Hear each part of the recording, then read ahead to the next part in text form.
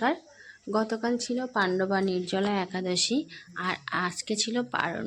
তো আজকে পারণে ভোরবেলা দেখুন কত লোক একসঙ্গে খেতে বসেছে দিদি বাড়িতে। আর এটা হয় প্রতি বছরই দিদি বাড়িতে হয়। তো গতকাল সন্ধ্যে থেকে কি হয়েছে সেটা আগে দেখাই।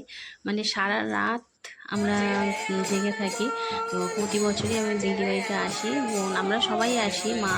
তো যাই হোক, ওদের আশেপাশে ওদের যা মাতাজি সবাই আসে, ওদের একসঙ্গে যারা সব ভক্তরা, তো সবাই এসে একসঙ্গে হরিনাম সংকীর্তন হয়। এটা সারা রাতই হয় হরিনাম সংকীর্তনটা।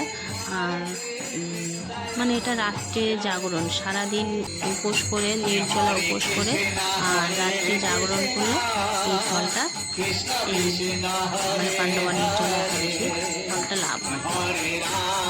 এই পাণ্ডবা নির্জলা একাদশীটা এসেছে ভীমসেন, পাণ্ডব পঞ্চপাণ্ডবের ভীমসেনের একাদশীর থেকেই। মানে ভীম সব একাদশী করেনি, একটাই একাদশী মানে বলেছিল যে সব একাদশীতে কি ফল কি লাভ হয়। তো সব একাদশী উনি করতে পারেনি, তখন এই একটাই একাদশী করেছিল কিন্তু খুব নিষ্ঠাভাবে। সেই জন্য আর এতে কী ফল লাভ হয়, যাতে অন্য অন্য একাদশীগুলো আমরা করি, যাই খাই তাতে কিছু না কিছু ভেজাল থাকে।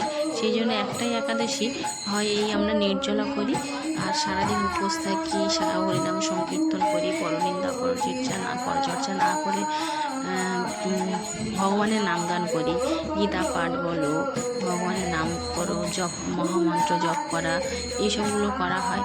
করে সারা রাত জাগা হয়, একসঙ্গে কৃষ্ণ কথা একটু শ্রবণ করা হয়। তো অনেক প্রভুজিরাও এসেছিল, তারা হরিনাম সংকীর্তন করেছে, অনেক প্রবচন দিয়েছে, অনেক মাতাজিরাও এসেছে।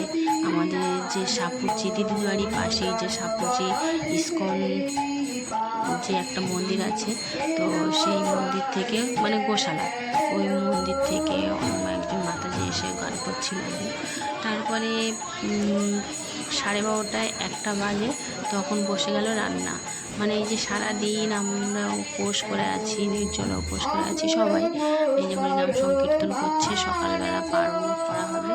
তো সারাদিন যারা খায়নি, তো ভোরবেলা সব ভগবানের দিয়ে পালন করা হবে। তো সেই জন্যই হচ্ছে রান্নাবান্না শুরু হয়েছে। ওর এই রান্নাবান্না দুটো গ্যাসে 2 দিকে করছে, আর অনেকজনের রান্না, অনেক লোক খাওয়া দাওয়া করে। সেই জন্য মানে 12টার পরেই রান্নাটা বসায়। তো দুটো প্রভুজি মিলে রান্নাবান্না করছিল দুটো গ্যাসে।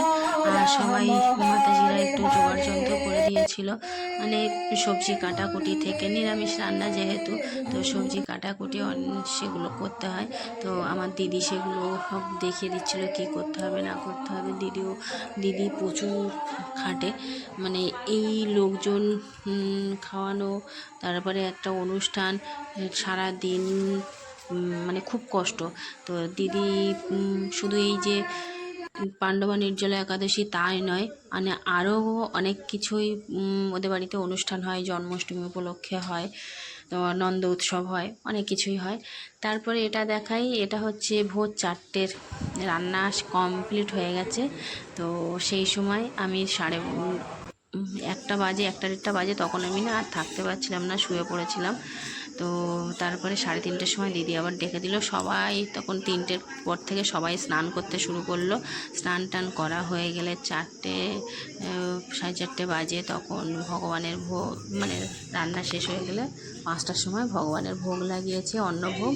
আর যত রকম রান্না হয়েছে, উচ্ছে ভাজা, আলু ভাজা, যত কিছু রান্না হয়েছে, ডাল, পায়েস, মিষ্টি আছে, কাঁঠাল আছে, তারপরে চিঁড়ের ভোগ আছে, চিঁড়ে দই, তো পনির তরকারি, অনেক কিছু রান্না হয়েছে। সেগুলো ভগবানকে ভোগ নিবেদন করা হয়ে গেলে ভোগটা তুলে নিয়েছে, প্রসাদ হয়ে গেছে। তারপরে আবার প্রভুজি 5টার পরে শুরু করলো মঙ্গল আরতি।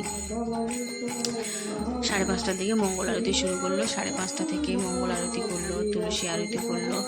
তো আমরা সেগুলো, আমি তো রাত্রেবেলা একটু, আমি অন্য বছর থাকি কিন্তু এবছর আর থাকতে পারছিলাম না, ভীষণ কষ্ট হচ্ছিলো। 2 ঘন্টা একটু ঘুমিয়ে নিয়েছিলাম। তো যাই হোক, তারপরে আবার ফের ভগবানের মঙ্গল আরতি হয়ে গেল। হয়ে যাওয়ার পরে তারপরে তুলসী আরতি হয়। যেমন সন্ধ্যাবেলা আমরা সন্ধ্যা আরতির সময় তুলসী আরতিটা প্রথম করতে হয়, তারপর ভগবানের আরতি। আর সকালবেলা করতে হয় আগে ভগবানের আরতি করে, ভোগ আরতি করে, তারপরে করতে হয় তুলসী আরতি। তো সেটাই হচ্ছিল। আর কী বলবো, সৎসঙ্গে স্বর্গবাস, অসৎসঙ্গে নরকবাস, কথাটাকে খারাপ মনে করবে না, খারাপ নেবে না। তো আমাদের যেহেতু এই যে হরিনাম সংকীর্তন, সারা রাত কৃষ্ণ কথা, ভালো কিছু কথা, ভগবানের কথা, এগুলো প্রভুরা বলে, আমরা সেগুলো শুনি, বেশ ভালোই লাগে, খারাপ কিছু কিন্তু বলে না। আর এই যে কিছু ভালো কথা যেমন বলা ভালো, আর ভালো কথা শ্রবণ করলেও কিছুটা মনে হয় পাপ মানে দূর হয়। তো যাই হোক, আমরা মনের অজান্তে হোক আর জানতেই হোক অনেক কিছু পাপ করে থাকি। তো যে কোনো একটা দিন আমরা একাদশী করি, তো হয়তো অন্য অন্য একাদশীতে এটা হয় না। পাণ্ডবা নির্জলা একাদশীতে আমরা সবাই মিলে সমবেত হয়ে সারা রাত জেগে হরিনাম সংকীর্তন, কৃষ্ণ নাম, ভগবানের নাম ধরে সারা রাতটা কাটানো আর নির্জলা থাকা হয়।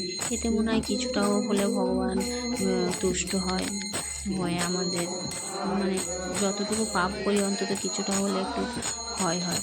তো যাই হোক, সেসব পরে কথা, জানি না ভগবান কতটাই কার জন্য কী লিখে রেখেছে কপালে। তো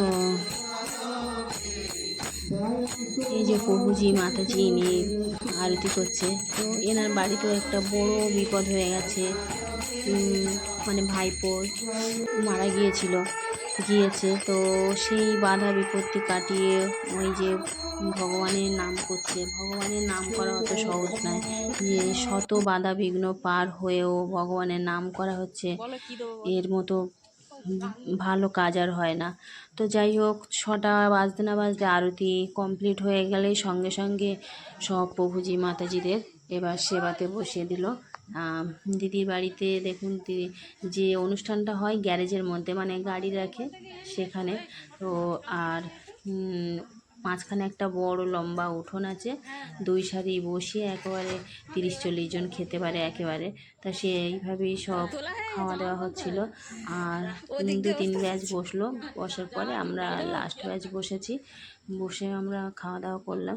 তো কি কি খাওয়া দাওয়া করেছি সেটা একবার এক ঝলক দেখিয়ে দিই।